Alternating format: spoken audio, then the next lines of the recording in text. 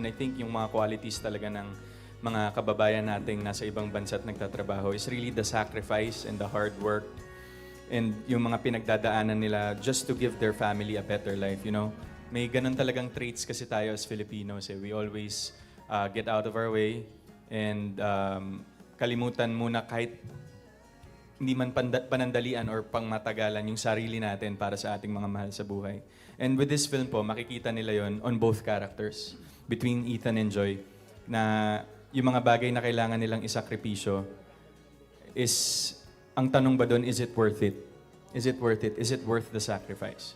So kaya yung mga, ayoko lang talaga mag-divulge much about what's gonna happen, but it's really more about the lives of our international workers, the lives of the people who's working away from their families every day, the things that they have experienced, the things that they have, set aside to give their families a better life. Their sacrifices.